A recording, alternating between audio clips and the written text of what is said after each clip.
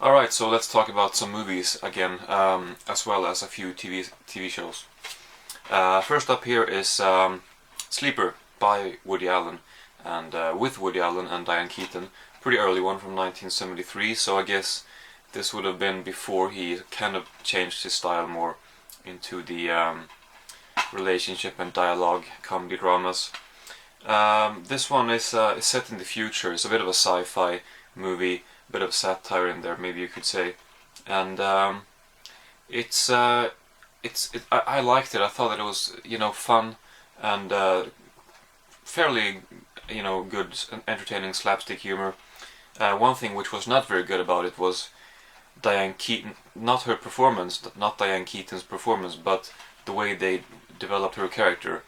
It just sort of like she goes from one place to the next very quickly, and there's no real development there. It's not about that this time. I mean, his other movies are about that, but this one is not really about that, like I mentioned. But still, it was just kind of a little weird that all of a sudden she has completely changed, and it didn't make much sense. But anyway, it was a fun movie. Not my favorite Woody Allen, but a pretty good one. Then we have season 13, or volume 13, but season 11 actually, of Family Guy. Really enjoyed it. I think it took me a couple of episodes to get into it, but after that I really enjoyed it. Especially, I really do like these Stewie and Brian time machine episodes, and the one in here where everything goes backwards in time. They accidentally make everything go backwards. That one especially was really good. So yeah, I really enjoyed the show. And season 14, or again season 12, but volume 14, will be released on November 14th, actually, 10th maybe, something like that. So not that long before another season will be released. Then we got a major classic, which, it's Cool Hand Luke with Paul Newman. I have seen this before, but I've been wanting to watch it again. And I gotta say, it is an undisputed classic or whatever, and there's obviously a lot of good things in it, but I personally can't say I like it that much.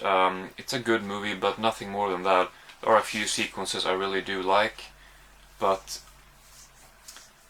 it doesn't make me, after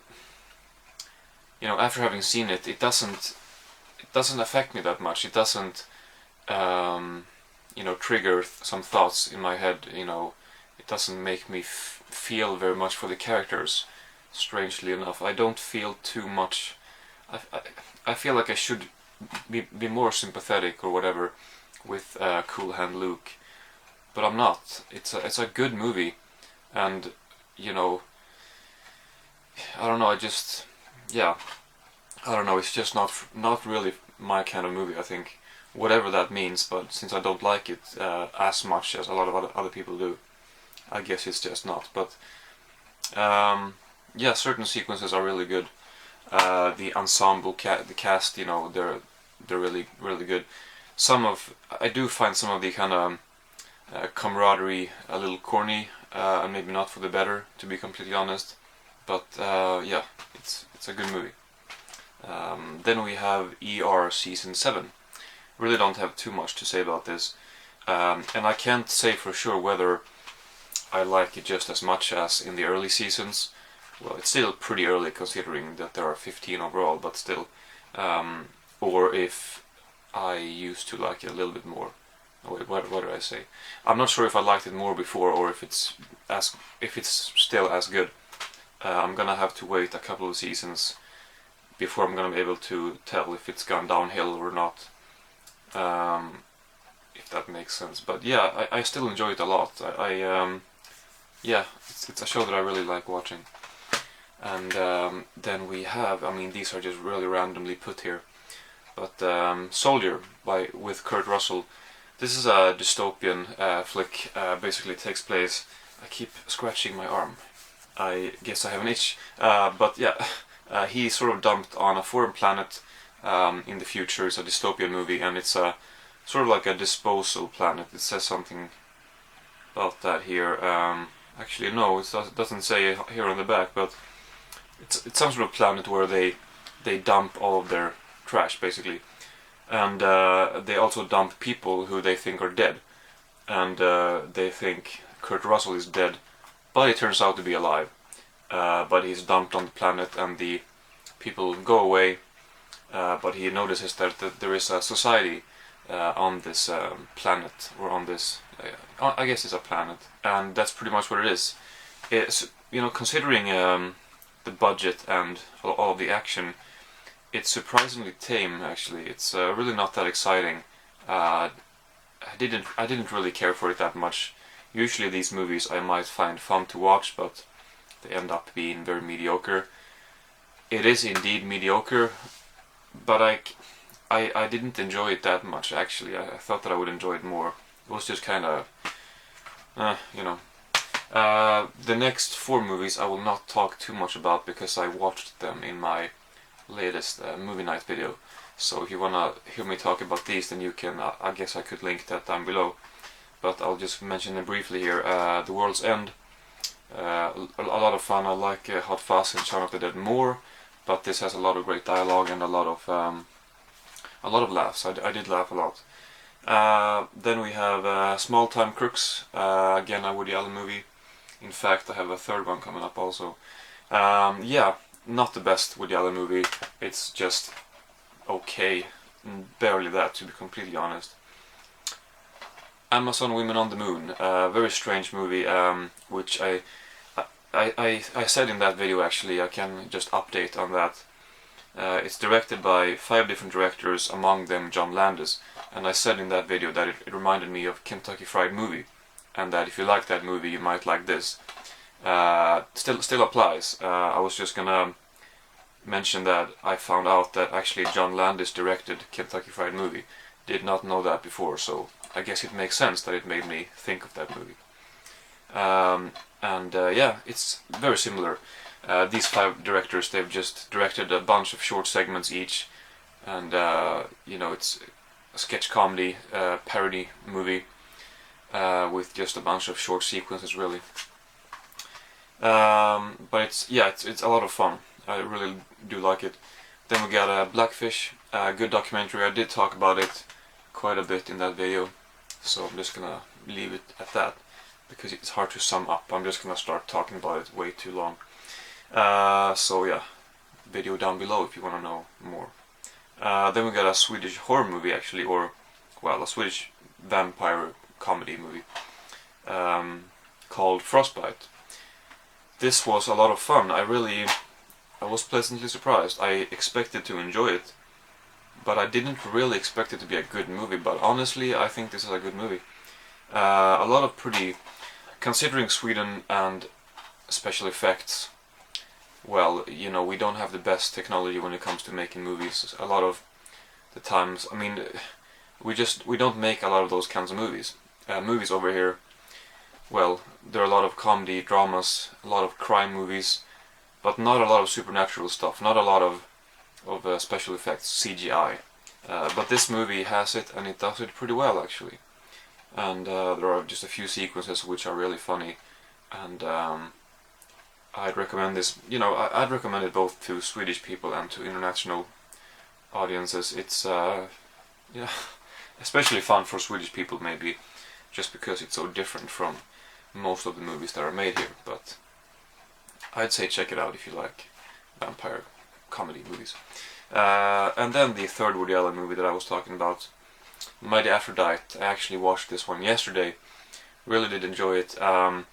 Mira Sorvino, I think she's good. Her and Woody Allen's chemistry is really good. The first time they meet, I really enjoyed listening to their dialogue, and that's, like I said with Sleeper,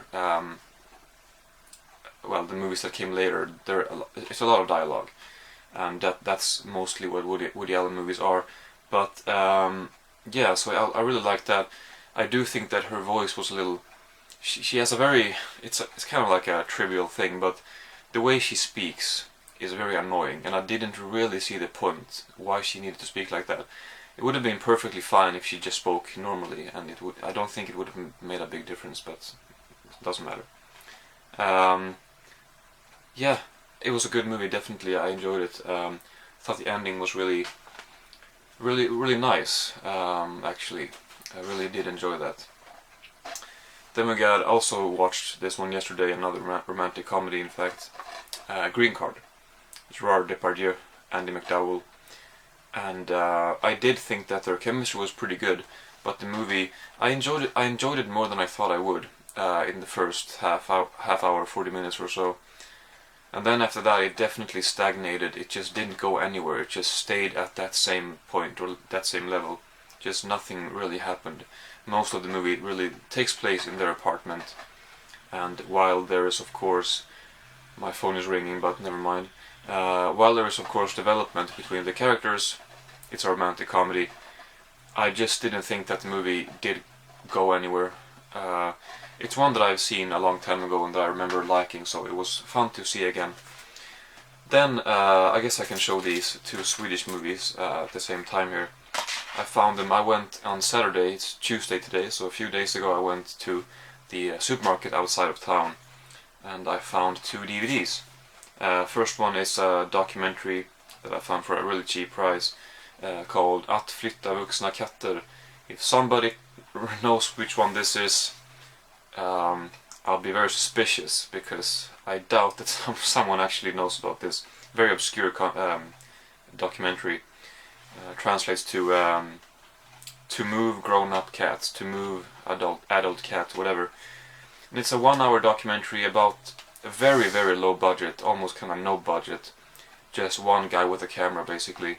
But he has done it well. It's just about two seniors, one man 79 years old, one woman 90 years old. It's about them. I mean, they're two separate stories. They don't connect with each other. But it explores the thoughts and problems and stuff that these two elderly people have.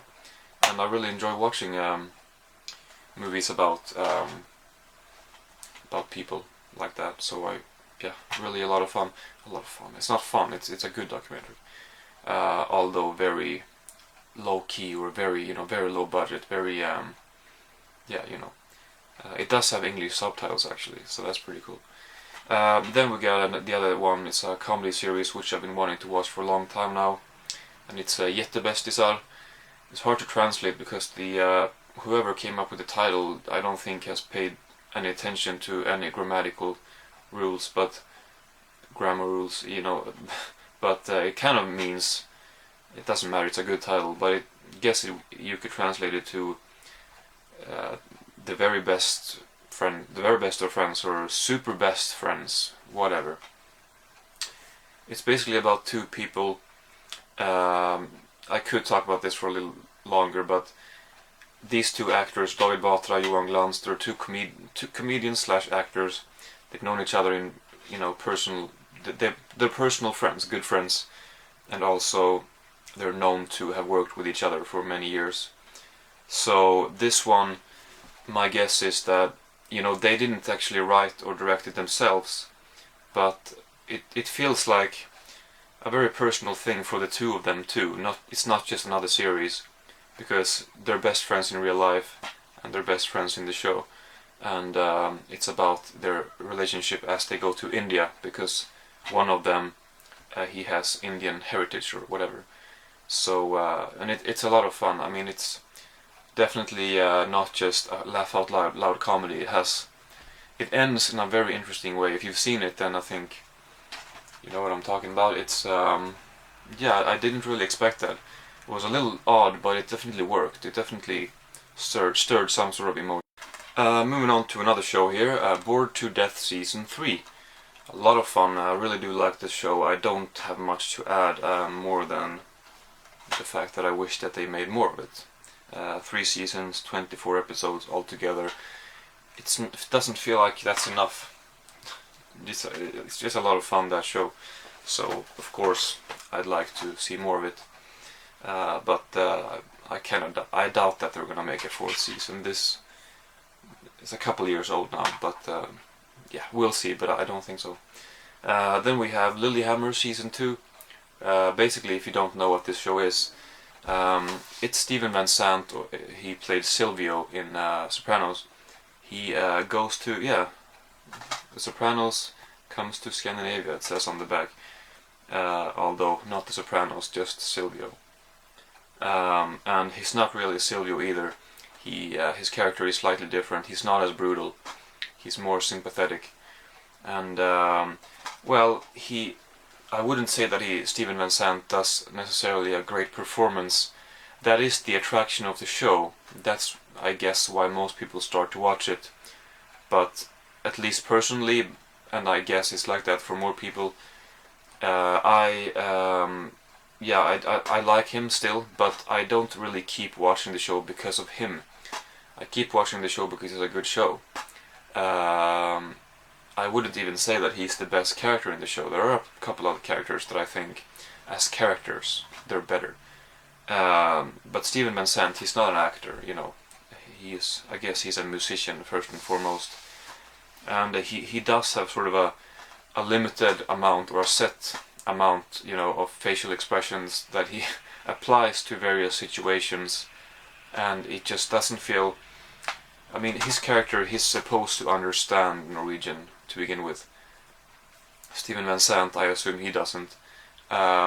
So that sort of creates a bigger barrier between him and the Norwegian actors when they speak Norwegian, and it doesn't feel natural, and you know, just feels.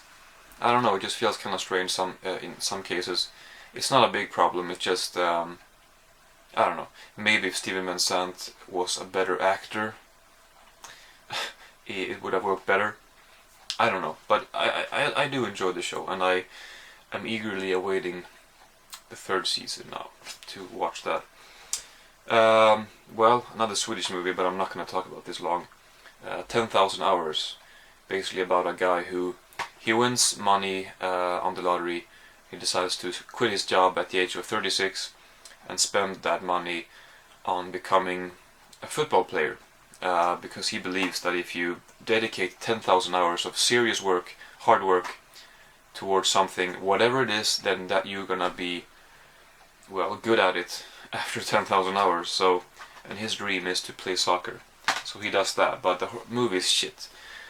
It's one of those movies where, well, to speak in very concretely, you know, in ratings, I gave it a 4. And I feel like that's generous, because it's really not good. So I wouldn't recommend anybody that movie, to be completely honest. Anyway, pretty harsh, but yeah, anyway. Then we have Sphere. Very interesting documentary, what the fuck am I talking about? I think it's because I was looking at Dustin Hoffman and I was like, documentary, I don't know. Something happened in here. Dustin Hoffman, Sharon Stone, Samuel L. Jackson. It's a sci-fi movie. And it's very interesting. I'm not going to really explain what it's... Well, I could explain. Basically, deep down in the ocean, they find what they believe to be possibly an extraterrestrial spaceship or whatever. And it's been there... it's been there for 300 years. So a team goes down to explore it. And throughout the whole movie, you never really get any clear indication as to what's going on.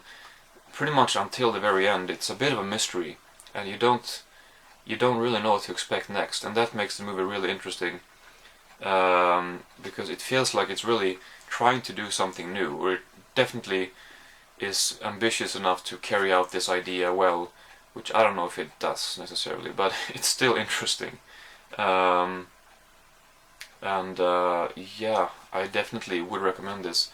If you like sci-fi, mystery, psychological movies. Also, some of this kind of surprised me.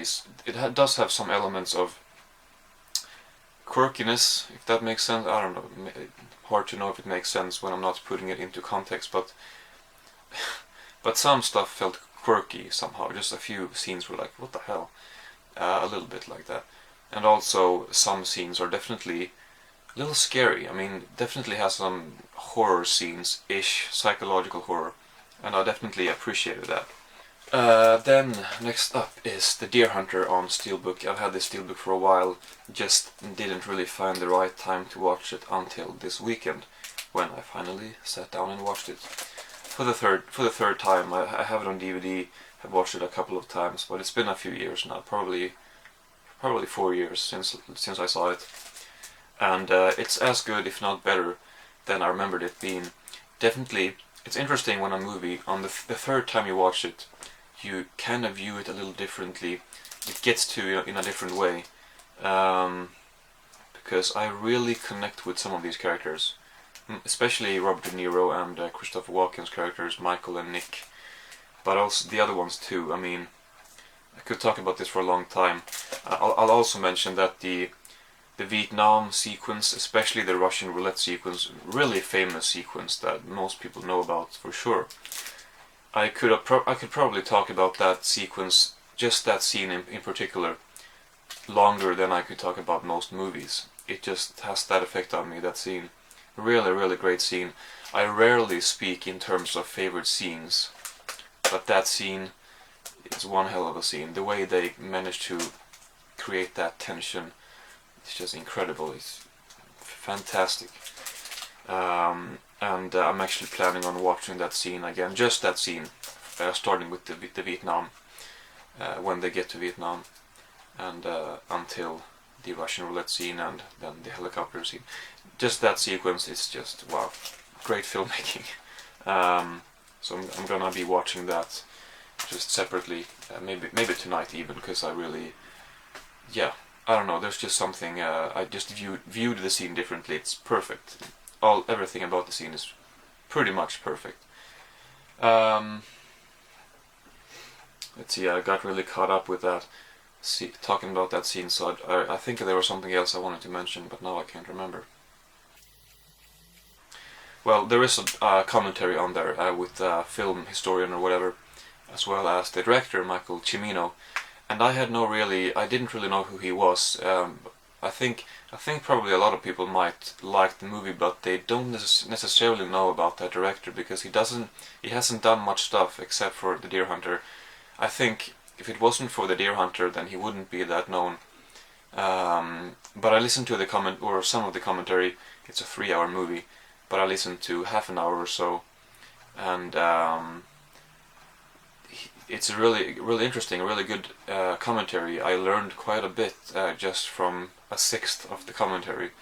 I might go back, and when I watch the Russian roulette scene, the Vietnam scene, I might go back and watch some other sequences with the commentary, because I kind of feel like doing that actually. I might do that tonight.